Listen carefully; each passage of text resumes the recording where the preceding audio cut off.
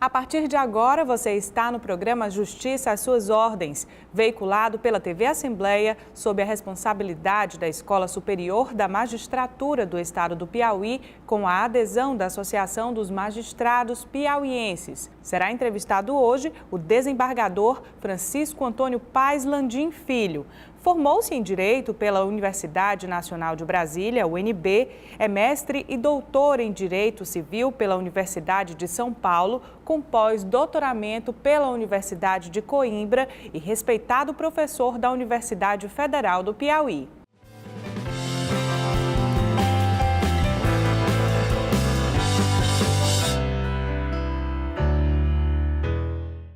Desembargador Paes Landim, a Escola da Magistratura tem a satisfação de contar com a sua presença para essa entrevista.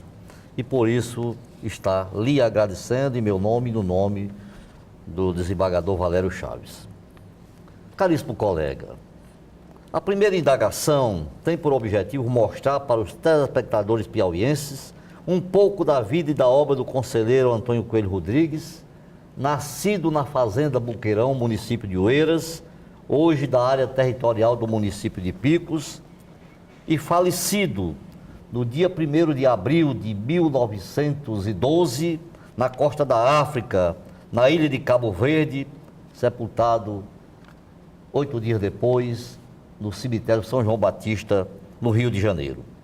Primeiro doutor de Borla e Capelo do Brasil, professor catedrático da Faculdade de Direito de Olinda, ativo participante da codificação do direito civil com o projeto, infelizmente não aprovado, tão importante quanto o de Clóvis Bevilacqua, Coelho Rodrigues, católico praticante, intransigente, opositor das ideias liberais, por ser conservador justnaturalistas, atraiu contra si a artilharia impiedosa dos positivistas spencerianos do seu tempo e do seu meio. Apesar das avaliações de um Ponte de Miranda e de muitos outros que abalizadamente estudaram a vida e a obra do nosso coestaduano, abateu-se sobre a sua figura uma espessa nuvem de esquecimento e de inominável injustiça.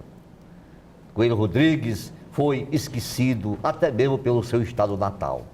Prezado colega, como civilista renomado e um dos eméritos pensadores do direito brasileiro na atualidade, o que tem a dizer, em síntese, sobre Antônio Coelho Rodrigues, explicando essas aviltantes e sistemáticas preterições de que foi e ainda continua sendo vítima durante todo esse tempo?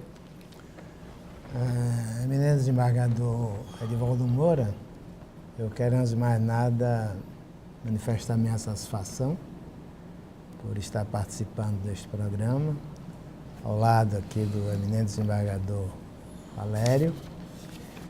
E, antes de mais nada, eu quero dizer que a pergunta de Vossa Excelência tem a eloquência própria de quem defende os valores da piauiensidade, como Vossa Excelência, e para me utilizar aqui de uma expressão do professor Camilo da Silveira Filho, né, a piauiensidade. Vossa Excelência tem se destacado exatamente como líder no judiciário, né, como defensor desses valores. E a pergunta de Vossa Excelência é exatamente nesse sentido, destacando o valor do professor Coelho Rodrigues. Para responder a essa questão, nós temos que fazer um retrospecto histórico para dizer, em primeiro lugar, que o Código Civil foi uma aspiração nacional.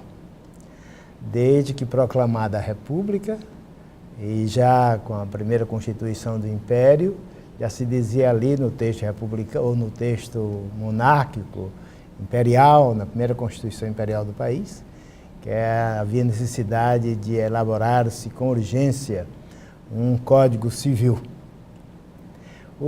e um Código Criminal.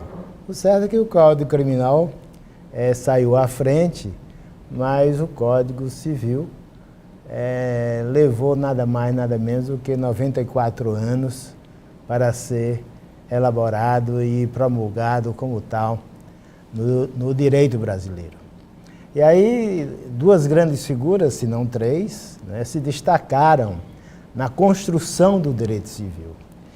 Daí porque a pergunta de Vossa Excelência lembra bem de que a codificação de Teixeira de Freitas e a de Coelho Rodrigues morderam a realidade.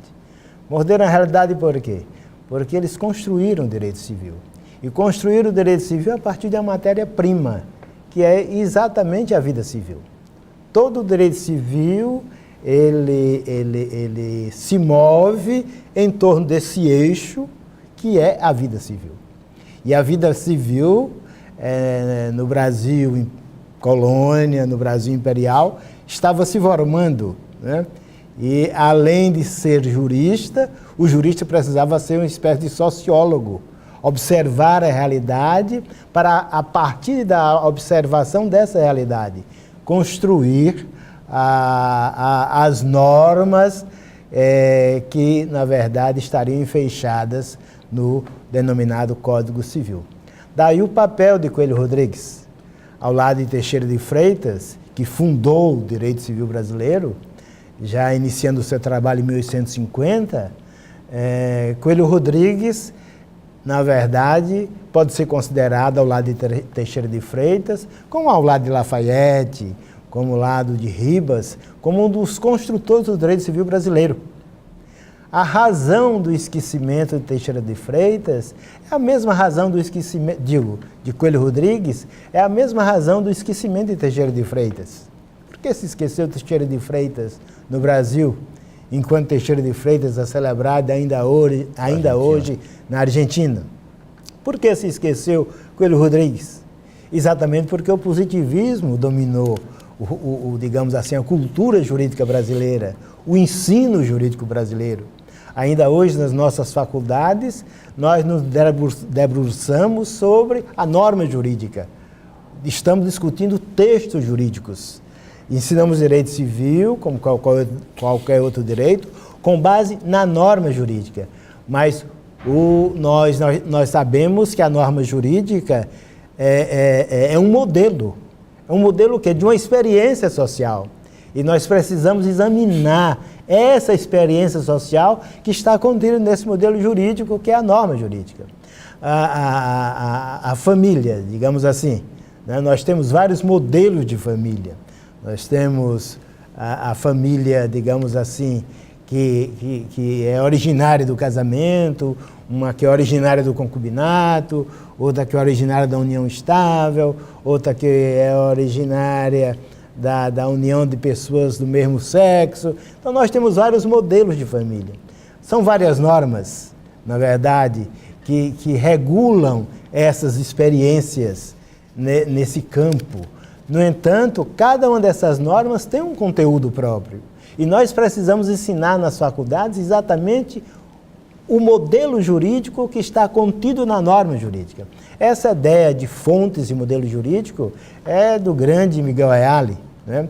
E tem, inclusive, um belíssimo livro escrito a esse respeito sobre fontes e modelos jurídicos, mas nós ainda não aplicamos esse ensino nas nossas faculdades. Daí porque terminamos esquecendo essas figuras tão proeminentes do direito civil brasileiro, como Teixeira de Freitas e Coelho Rodrigues, porque nós deixamos de estudar a vida civil como tema do direito civil, porque foi a vida civil que, na verdade, se constituiu no objeto de estudo e de construção normativa destes dois grandes civilistas brasileiros. Para mim, esse esquecimento não tem nenhum cunho ideológico, mas é meramente acadêmico, decorre de uma deficiência das nossas academias, até porque a nível de pós-graduação, as nossas academias, o que fazem? É exatamente refletir sobre o saber jurídico, é o saber filosófico, é o saber metafísico, uma coisa sem muito compromisso, né? Mas na medida em que nós resgatarmos o estudo histórico do direito civil, esse exame sociológico, sociopolítico, desses modelos jurídicos que constituem a vida civil, com certeza aí, nesse momento, nós resgataremos com certeza o valor, a memória desse grande jurista brasileiro, que é o nosso eminente Coelho Rodrigues. Após a sua belíssima e substanciosa resposta, nós temos um intervalo pequeno, após o que reiniciaremos a nossa entrevista.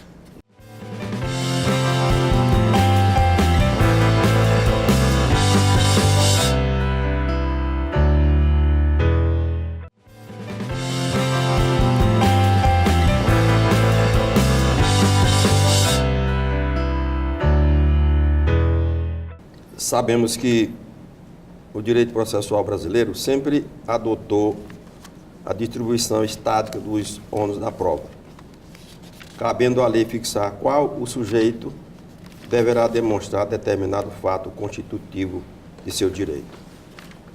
Dentre as várias inovações implementadas pelo novo Código de Processo Civil, destaca-se a distribuição da carga dinâmica do ônus da prova, segundo a qual o juiz poderá determinar sua inversão desde que exista dificuldade de uma das partes cumprir o encargo na produção da prova constitutiva de seu direito.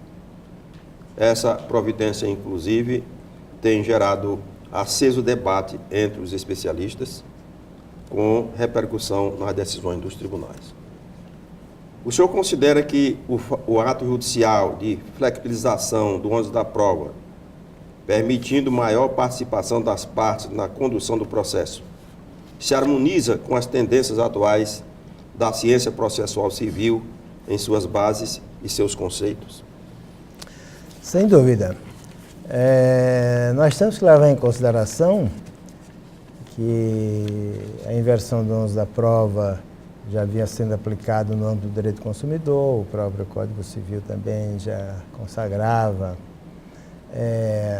a inversão desse ônus da prova, mas o que nós temos que levar em consideração em tudo isso é que o direito probatório no novo Código Civil mudou, ou digo, no novo Código de Processo Civil ele mudou. Os juristas, os julgadores, os professores, os advogados talvez ainda não tenham tomado consciência disso.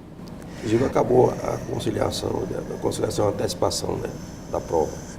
Não é nem em razão disso, né? É uma mudança conceitual.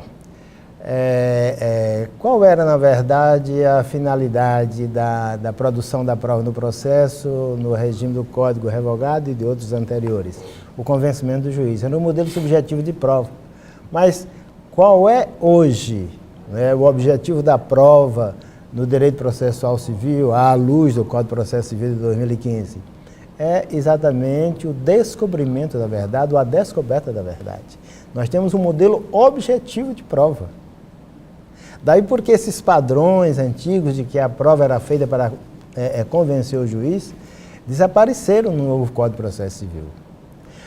O que prevalece hoje é que a prova deve ser feita exatamente para que a verdade seja descoberta.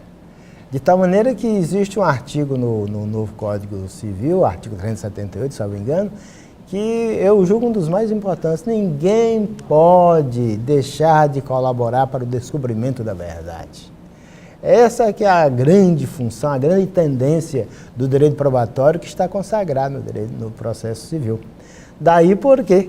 Né? A necessidade de inverter esse ônus da prova. Se eu quero descobrir a verdade, se meu interesse é descobrir a verdade, não convencer o juiz, porque o convencimento do juiz é a mera consequência do descobrimento da verdade, o processo civil se tornou, como processo penal, um processo interessado na verdade histórica, na verdade real, na verdade sociológica, né? Então, se é esse o modelo objetivo da prova, eu tenho que descobrir a verdade onde ela estiver. Se preciso for inverter o ônus da prova, eu devo inverter, a fim de que a verdade seja afinal descoberta e ela sirva, portanto, à solução de um processo justo. O processo justo é, antes de mais nada, aquele que se baseia razoavelmente na verdade. Eu vejo, por exemplo, no TRE, em algumas sessões das quais tenho participado, o eminente desembargador Edivaldo Moura, defendendo a juntar documentos em sede recursal, ou então defendendo a validade ou o valor de extratos bancários provisórios para a demonstração de uma verdade contábil, isso está bem dentro dessa perspectiva do modelo objetivo das provas do novo Código de Processo Civil, dentro do qual se inclui essa inversão do ônus probatório. Colega Landim, de há muito, o Judiciário vem se empenhando para tornar a justiça mais ágil e mais eficiente. O novo Código de Processo Civil, comprometido com a efetividade da jurisdição, não nos permite fechar os olhos para a realidade circundante. A facilitação do contato do cidadão com os órgãos da justiça, a permanente conscientização de todos sobre os seus direitos, dentre outras motivações, vem provocando uma verdadeira explosão de demandas que reclamam soluções urgentes e multidirecionais. Os tempos mudaram, mas o ideal de justiça não perdeu a sua mística. A complexidade do mundo moderno não permite mais que se dê a cada caso um momento de celebração. As cobranças por julgamentos mais céleres e os óbices processuais dificultaram e dificultam a vida dos que atuam na justiça, de quem se exige preparo político e estratégico para os desafios com que nos deparamos atualmente. Desembargador Landim, como jurista de escola, dotado de experiência e de formação acadêmica consolidadas, quais são, no seu entender, os meios de que podemos lançar mão para que tornemos efetivos os direitos fundamentais do cidadão, não só de acesso à justiça, como de ver os seus conflitos solucionados em tempo razoável, como preconiza o nosso Estado constitucional?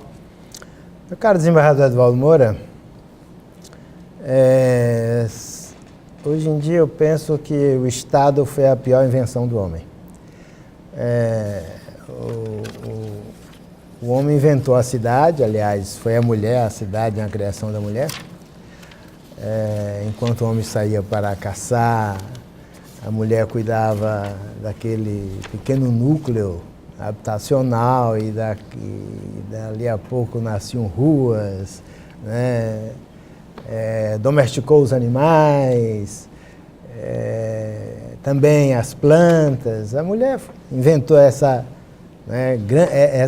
isso que nós chamamos hoje de cidade, na qual a humanidade hoje vive, a humanidade civilizada. Mas a pior invenção da humanidade foi o Estado. Em primeiro lugar, porque o Estado hoje em dia é o inimigo do homem. O Estado é um grande litigante, litiga com o cidadão comum, né? Litiga mais não poder.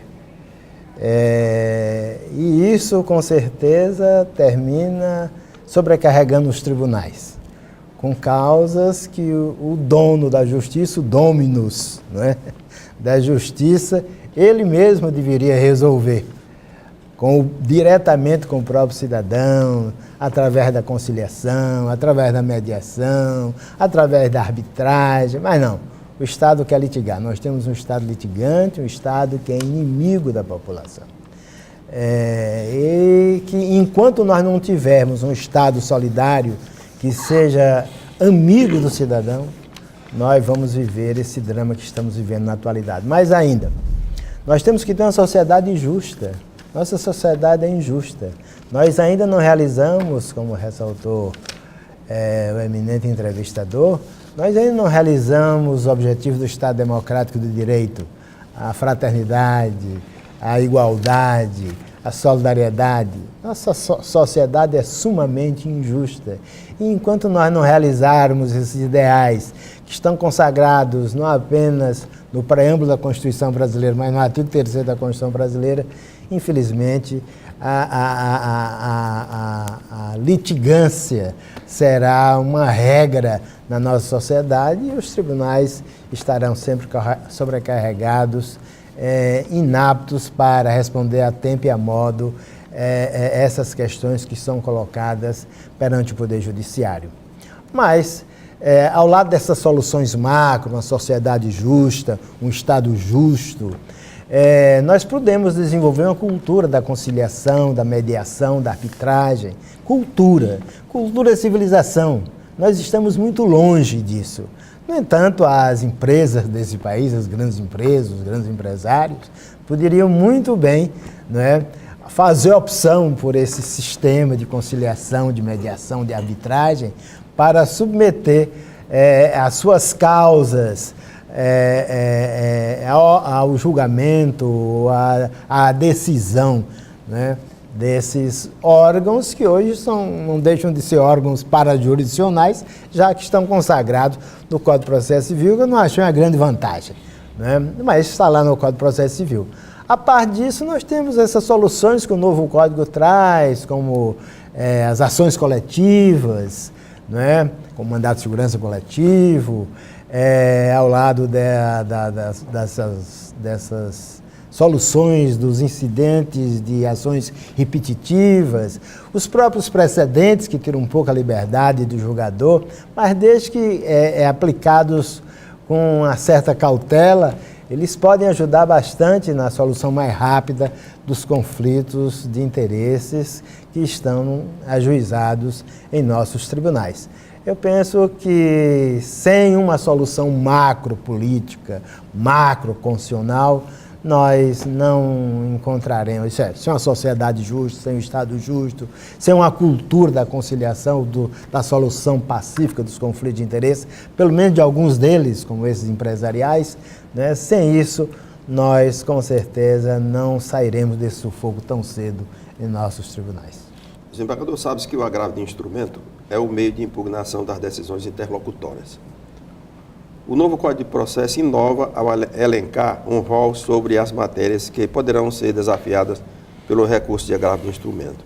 Essa escolha legislativa, a seu ver, é louvável? Sem dúvida. Eu penso que o agravo de instrumento ele foi bem modernizado, foi adequado à realidade judicial pelo novo Código de Processo Civil. Mostrando exatamente em que casos, né, o agravo é cabível, deixando assim, digamos assim, um número fechado de situações, a fim de que os tribunais também não venham ser abarrotados com questões que poderão ser solucionadas em sede de recurso de apelação. Muito bem. Eu agradeço pela sua substanciosa entrevista, por a sua belíssima aula e, aliás, com certeza agradou a todos aqueles que tiveram a oportunidade de escutar.